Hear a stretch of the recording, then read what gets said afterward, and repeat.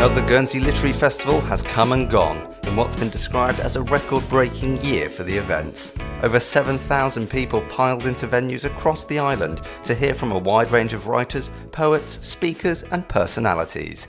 Express sat down with festival director Claire Allen and its marketing and press officer Nick Messurier to look back and wrap up on another successful few weeks of culture in the Bailiwick. The 2023 Literary Festival has come to an end, a very busy one. How did it go in your own words? Well, this year's Guernsey Literary Festival, I think, was record-breaking success. We had 65 events over the 2 weeks, covering fiction and non-fiction, local authors, off-island authors, and we were really delighted with how it went. Excellent. And what's the level of organisation and planning and the kind of people you need to pull together, not just speakers, but volunteers, organisations? You know, it's a big task, isn't it? It's an enormous task, yeah. We start really as we finish the year before, don't we? I mean, we'll be starting planning next year quite soon. What happens is that we get together, we decide who we're going to ask to come. We're all volunteers. And then we start pulling together those invitations and sponsors. Claire does the sponsors, does it really well. And that's, we're busy really from now. We'll be busy till next May doing it, won't we? So full on. Full on. Yeah, our peak period for planning the festival is from September through to December. Yeah. We do a trip over to the UK as well and meet with the publishers. But you know, we tend to try and have a little bit of time off in the summer. But obviously at the festival itself, we have lots of volunteers involved with everything from helping organise the book signings, stewarding at events, manning the bookshop, picking up the authors from the airport. So in total, I think this year we had about 70 volunteers that are involved with the actual logistics of putting on the festival, and then there's a team of about 15 of us that meet every month throughout the year to plan and organise the events. And as you say, all volunteers, army of 70, you all do it because you love it, you love literary, and you love what this brings to Guernsey, right? Yeah, we do. We love doing it, and we wouldn't do it if we didn't. But we also really like the fact that it's bringing writers to Guernsey who people wouldn't normally be able to meet. And if you wanted to meet your favourite writer, you'd have to go to a festival yourself. But here, you know, we might have 40, 45 visiting writers, and you've got a chance to meet them. And all of them, it seems to me, I don't know if Claire will agree with this, but all of them have got time for their audience. You know, they'll make time for you, and that's wonderful. Yeah, and I think that came through in the reaction of various writers and speakers that you sent over yesterday, I think.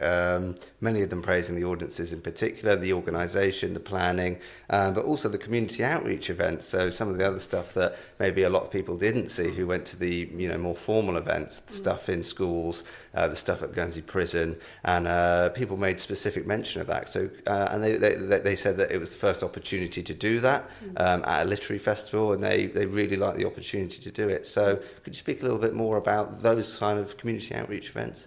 Yeah, and as a festival, we all feel really passionately that the festival should be inclusive and there should be something for everybody.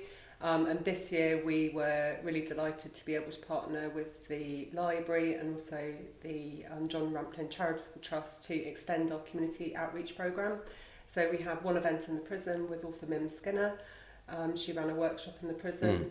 We had 5 events in care homes, 1 in the Cheshire home, and then we had 17 events taking place in local schools as part of our educational programme. So it's probably an area of the festival a lot of people don't see. Obviously the teachers are heavily involved with helping organise those events in schools too, but this year we were lucky to have the current Children's Laureate, Joseph Coelho, who went and did 2 really big school talks. The one that he did in Amherst Primary, I think we had about 400 school children from various different schools actually attending that one. I think it's just fantastic that we can have somebody of his calibre speak to our young people. I think I can't remember the name, but one writer and illustrator said that there must be something in the water here because we thought all the children were talented and creative artists. So I thought that was quite funny. Yeah, I think that was Rob Biddulph. He did an event at St James at the weekend, which we had, I think, about 200 children attend with their families, which was fantastic. He became famous in lockdown because he did a Draw with Rob event, which became really popular. So he had all the children in St James having a go at doing his illustrations, which was fantastic. Great. So, personal views now. What was your favourite talk? Were there any surprising moments for you? Were there any talks that you went to that you had an unexpected reaction to? Favourite talks, that's difficult. It's like choosing your favourite child, isn't it? Won't go there.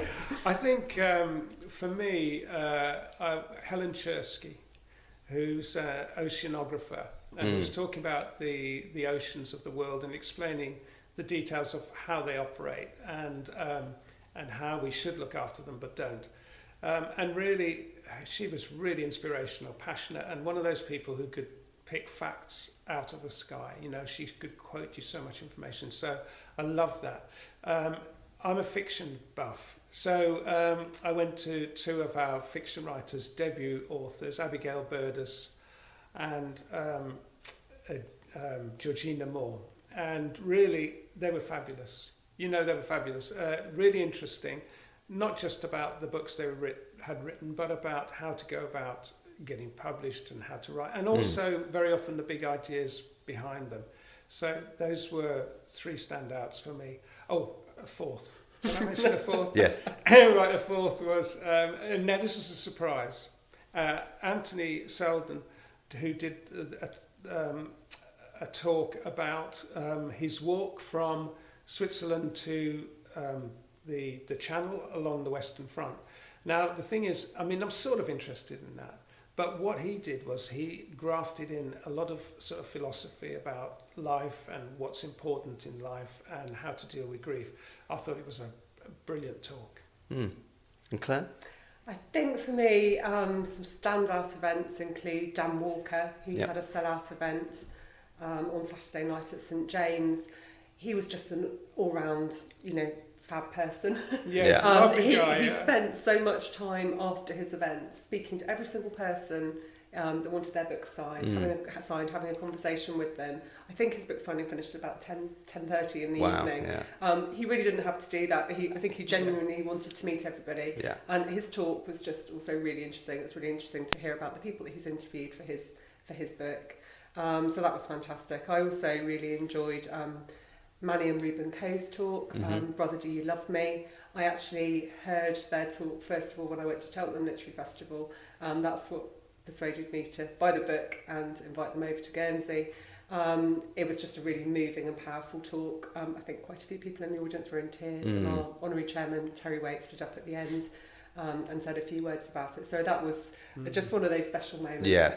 And also for me, each year we run the children's writing competition for students in the Bailiwick of Guernsey, and we always have our award ceremony as part of the festival. And we had 4 children's authors that were speaking at the festival that were judging that competition. So it was just a great celebration of those winning stories, and also for the children to hear their stories read by award-winning children's authors was a really special moment. And they were all gifted an illustration that had been designed by a local illustrator as part of their prizes. So it was just fantastic to see their reactions and to see, kind of how that can inspire the next generation of writers. Yeah. Great, and this all plays into the whole cultural exchange idea, doesn't it? So this has been ramping up in a few years. You've got a lot more organisations talking about it. Art for Guernsey, Art House Jersey are really pushing this idea of cultural exchange. And last year you told me that, surprising, it was the first literary festival back after COVID, obviously last year, and you told me about a surprising number of stories of people coming over specifically for the festival in Guernsey to watch events. Did you have any more stories of that this year, of people coming from surprising countries and further afield? Well, the biggest one was the winner of our international poetry competition. Now, the winner comes from Chicago, and he came over to be at the awards ceremony, which was beautifully run by Jackie Kay, the Scottish poet.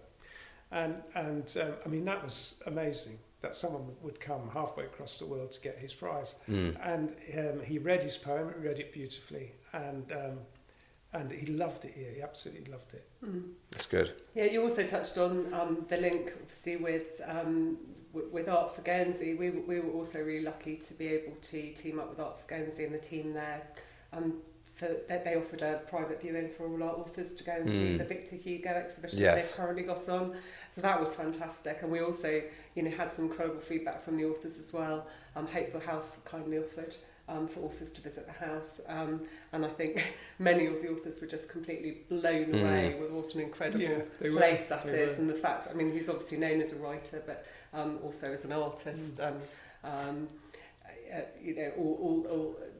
I think they just found it incredible to actually visit the place where he lived, and many of them didn't know that he'd been, living in exile here for 15 years. So I think just to learn a little bit more about the heritage of Guernsey as well. Yeah, it's a great thing. And then of course they take that back and they say, "Oh, Guernsey, what an interesting place! What good events!" And there's so many hidden benefits to all that, which are not just obvious from a speaking talk at the Coattails, for example. Looking further afield, you mentioned that your planning sort of window, in terms of it's pretty much going to switch up soon. Do you have any ideas, thoughts, initial plans for 2023? You've already got a date booked in for the main week of the 1st to the 5th of May. So what can people expect going forward? More of the same, but better. Setting the bar high. Well, I think we do have a lot of events going on. I don't know if we could do more, but this year's gone so well, and if we could match it next year or make it even a little bit better, that would be brilliant, wouldn't it? We do potentially also have a couple of events that we're looking to reschedule this year as well. So Susie Dent unfortunately had to pull out for personal reasons at the last minute, but we are looking to reschedule that event at some point this year. So potentially a couple of interim events this year as well. But looking forward to next May. We'll be scouting literary festivals. We go to Cheltenham every year when a lot of the next year's books will be out in time for our festival. So we'll be looking there for authors to invite for next year. Excellent. Well, best of luck. And Claire and Nick, thank you for joining me. Thank you. Thank you. Thanks.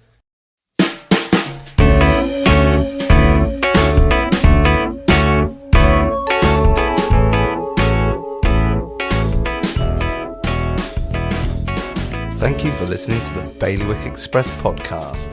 The title track was Shift My Weight by Luno. If you enjoyed it, please like and subscribe, and remember you can always head to bailiwickexpress.com to stay right up to date with whatever is happening in the Bailiwick. You can find us online, on social, on email, and on internet radio. There'll be more from me, Kit Hanna, and the Bailiwick Express news team next week.